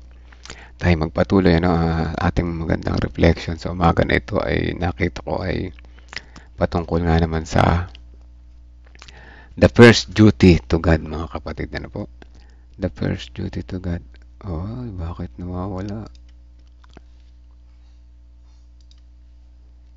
So, ayan. Anong nangyari dito? Okay. Alright. Meron daw tayo unang tungkulin sa Diyos. Ang unang tungkulin sa Diyos. Yung unang natin tungkulin? Marami kasi mga magulang sinasabi dito sa lesson na inuuna yung pangailangan ng kanilang mga anak bago yung kanilang tungkulin sa Diyos. Marami rito ang tatamaan. Halimbawa, ang tuition ng anak. Yan. Unahin yan ng ibang mga magulang bago unahin ang sa Diyos. At ano pa, ang mga pangarap ng anak, uunahin yan ng mga magulang. Di baling pumasok ng Sabat sa school. So, may pakitungkulin ng mga magulang sa mga anak, ngunit kailangan unahin pa rin natin ng Diyos. Po? So, sabi dito, bagamat mahalaga ang pagtataguyod sa pamilya, yes, di naman natin nasabing pabayaan yung pamilya. At ang unang dapat bigyan ng bahagi ng Panginoon ay sapagkat siya ang tunay na nagkaloob ng lahat ng ating tinatangkilik. So, palagi natin unahin ng Diyos. Po? Sana pa mga kapamaraanan. Dito sa atin ay may mahirap sitwasyon sa pamilya, Nag-aaral yung mga bata, pumapasok sa trabaho pagka Sabado. Isa yan sa mga challenges, alam kong nahihirapan tayo. Dahil pinagdaanan ko rin po yan. Praise the Lord at ako yung natuto ng mga mabuti at napagtagumpayan ko sa tulong ni Jesus. Po. Pangalawa, ang pagsuporta sa gawain ng Diyos ay huwag ipagwalang bahala. Ano ba yung mga tinatawag na pagsuporta sa gawain ng Diyos? Madami. Unang-una, sa pangangaral, dapat nakakasuporta tayo. Sa pangalawa, sa church services. Sa pangatlo, sa mga ating tithes and offering, mga katulong yan po sa gawain ng Diyos. Huwag natin yan ipawalang bahala, mga kapatid. Unahin natin ang Diyos. Ang tungkulin natin ay unahin ang Diyos sapagkat sa Kanya nanggagaling ang ating pinagkukunan lahat ng meron tayo. Buhay, lakas, oras. Kaya salapi, ayan, sa Kanya galing. Pangatlo, matindi, huwag magnakaw mula sa Diyos. O, kita mo, binabalik pa ulit-ulit yung huwag magnakaw. Po? Kasi nga nakakapagnakaw tayo nang hindi natin nalalaman. Ano man daw na inilaan na natin sa Diyos, dapat gamitin huwag dapat gamitin sa ibang bagay. Nailaan mo na, huwag nang gamitin. Ito yung pinag-uusapan na nakaraan. Naitabi mo na yung tithes and offering mo. Nagbigla kang kinapos, kailangan mo ng pera. Ginamit mo muna, bayaran mo na lang sa next Sabbath. Huwag natin gawin yan, mga kapatid, dahil yan ay pagnanakaw sa Diyos. Kapag inilis natin ang para sa Diyos upang gamitin sa pansariling kapakanan, sabi dito, para na rin natin ninanakawan ng Diyos. Po? Ang Kanyang gawain ay dapat nating suportahan ng may pananampalataya at katapatan. Yun ang dalawang term na ginamit, pananampalataya at katapatan, magkasama po yan. Po? Conclusion, ang ating mga obligasyon sa ating pamilya ay mahalaga. Yes, tama naman yan. Ngunit ang ating dapat responsibilidad sa pagsunod sa pagbibigay ay nararapat sa Diyos. Siya ang may-ari ng lahat ng ating tinatangkilik at hindi natin ipagkait sa kanyang bahagi ang kanyang itinakda. So mga kapatid, nawa sa umaga na ito, sa bawat ating pagdesisyon sa buhay na nagkakaroon ng challenge, anong uunahin natin? Yung ating anak o yung Panginoon? Nawa tunay natin na matutunan ito. Tunay natin na mapagtagumpayan mga challenges na ito. Sabi ni Nanay Neresa, pagtitiwala at pagtatapat ang siyang magpapalaya sa ating karakter. Kita niya pa, sakto sabi niya, kanina pa siya, advance pa niya ito sinabi. Ng pagkamakasarili at pananampalatayang tunay ang naranasan ko mula naging Adventist, lalo na nag-aral ng kalusugan, physical at spiritual. So, spiritual. Yan ang tunay na whole package. Pananampalataya, pagtatapat, health, grabe, is physical and spiritual. Yan ang mapapala natin sa Adventist kapag tayo ay tunay na nag-focus. Nag-focus. Dapat yung serious, hindi yung basta-basta na lang. Salamat po, Nanay Neresa. Sabi ni Sister Nifa, Brother Melvin, alam ko sa Tabacao Company, although baby pa ang company na ito, pero meron na tayo mga kapatid na nagsi-COP dito. Wow! Praise the Lord, Kaya ramdam namin ang pagpapala ng Diyos financially at pangkalusugan. Kaya salamat sa platform na ito at na-educate tayo sa pagtatapat sa Diyos. Salamat po. Ako rin lubos na nagpapasalamat higit sa lahat sa platform na ito. Sa Diyos na ginamit ang platform na ito. Tunay na education is the key, po mga kapatid, Tingnan nyo nga, ano pa lang sila, ano na nga sila, company pa lang sila, pero may nagsi-COP na. Umpisahan niya po ng mainam. Maganda yan, At ang mga testimonies ay makakatulong para ma-encourage yung mga kapatiran na maging tapat, Tandaan natin, ulit-ulitin natin, hindi to pera-pera lang, mga kapatid. Sinusubok tayo ng Panginoon. Ito ay test. Sinusubok tayo ba ay talagang sa Kanya magtitiwala at magtatapat? Tingnan natin. Once na ating hindi ginawa ang pagtatapat sa Kanya, ibig sabihin, magdududa tayo sa Kanya. So, useless lahat ng ating mga matagal na pinaghirapan na pagtitiwala sa Kanya kuno, nung pala hindi naman, Akala nyo, nagpe-fake lang pala tayo na nagtitiwala tayo sa Kanya. Di ba? Ganun ang kinalalabasan yan, Sinasabi natin na Adventist tayo, nagtitiwala tayo sa Diyos, nangingilin tayo sa Kanya. Tapos kinukupitan pala natin siya, sinuloko natin, sarili natin, di ba? Nadadaya tayo ni Satan, Nadadaya tayo ni Satan, mga kapatid. Diba? Tunay na ang ating mga puso ay lubusang magbago, At kung napagtagumpay ng iba, magagawa din natin, Magagawa din natin. At ayan, ang ating lesson ngayon, unahin ang tungkulin sa Diyos, mga kapatid. Tayo manalangin, mga kapatid, ganun pa rin, Yung ating commitment cards, yung mga pangalan na nais nating ibulong, ay ibulong na po natin. At maya-maya sabay-sabay natin yan ipapanalangin. So, let's pray po.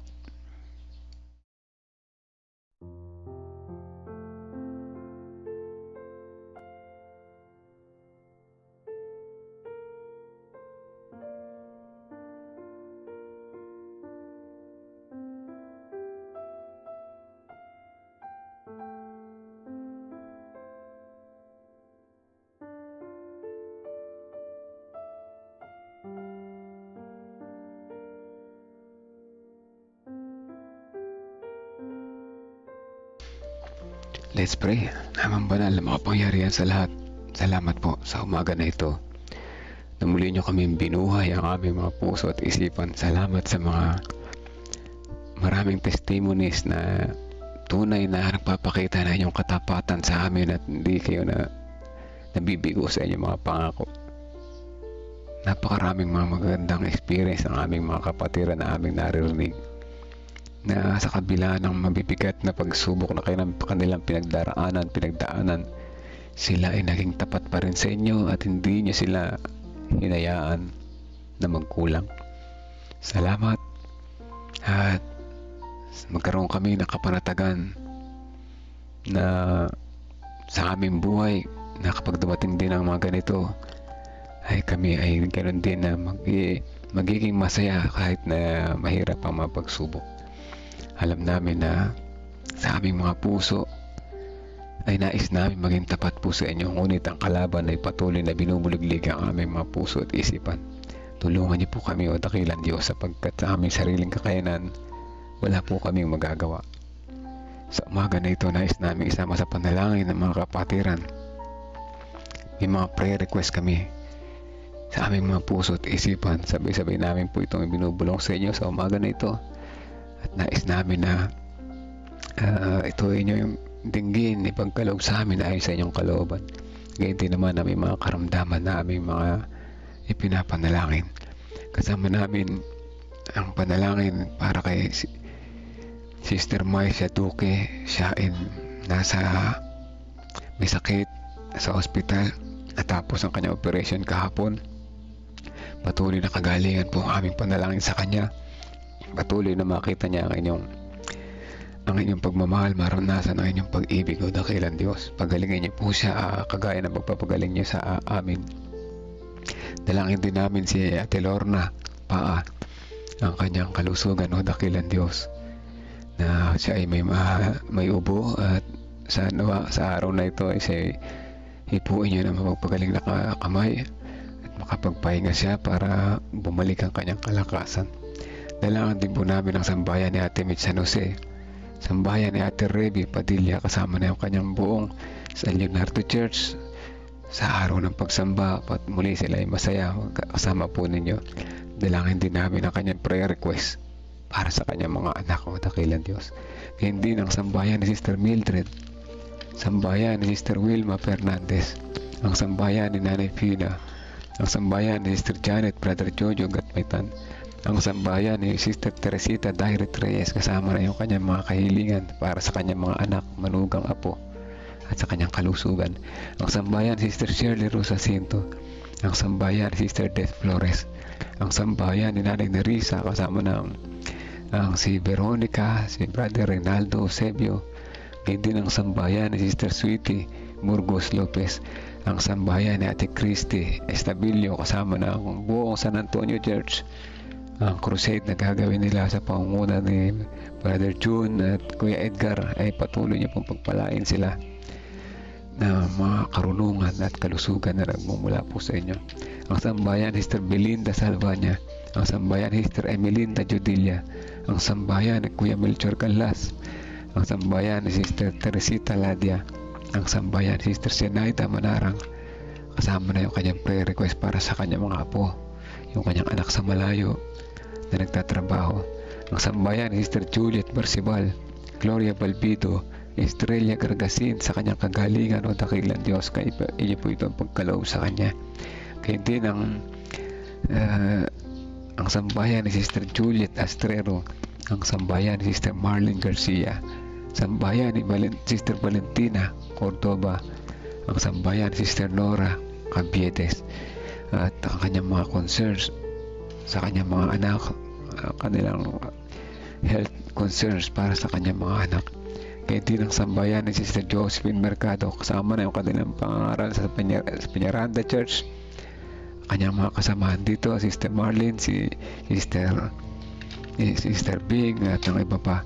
Dalangin din namin ang sambayan ni Sister Rosel Hernandez, ang sambayan ni Sister Aurea Melihor, ang sambayan ni Sister Juliet Astrero, ang sambayan ni Sister Gina Salazar, ang sambayan ni Brother Jeben Jr., ang sambayan ni Sister Marcel Velasquez, ang sambayan ni Sister Edna Estares Villena Razon, ang sambayan ni Sister Flori Sanchez, Angelita Tablada, ang sambayan ni Sister Elizabeth Erese, kasama na yung kanyang panganay na anak na patuloy na nasa banig ng karamdaman.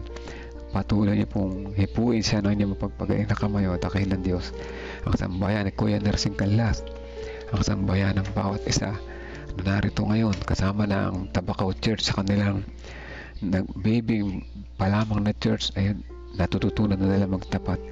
O dakilang Diyos, panalangin namin ang kapatiran dito ay patuloy na maging example sa lahat ng mga member ng Tabacao Church, gayon din sa kanila mga magiging bagong members, upang sa ganon itong simbahan na to ay maging daluyan ng pagpapala sa inyong mga gawain. Patawad po sa kanyang kami nasampung nagkulang at nagkasala. In Jesus' name we pray. Amen. Amen.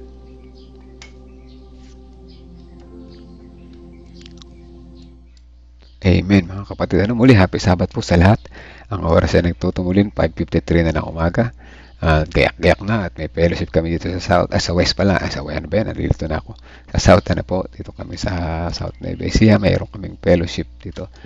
At patuloy tayo mag-enjoy sa maghapon na ito. I-enjoy natin ang Sabbath Day of Rest, kasama ang Panginoon. Ano?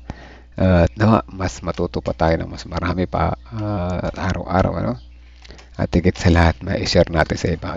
Ang importance ng pagkatuto dapat na-share natin sa iba. No?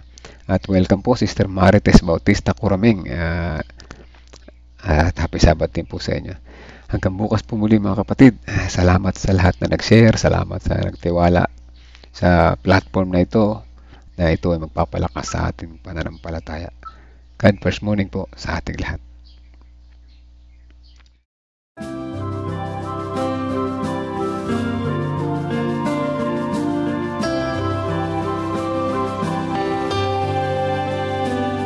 I hear the voice of Jesus calling. My answer is, I will go. I see the need of people crying.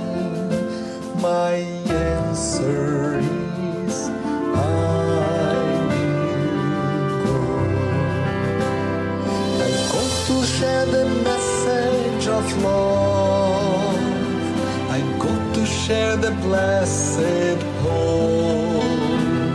But if I get discouraged, I call to Jesus' help.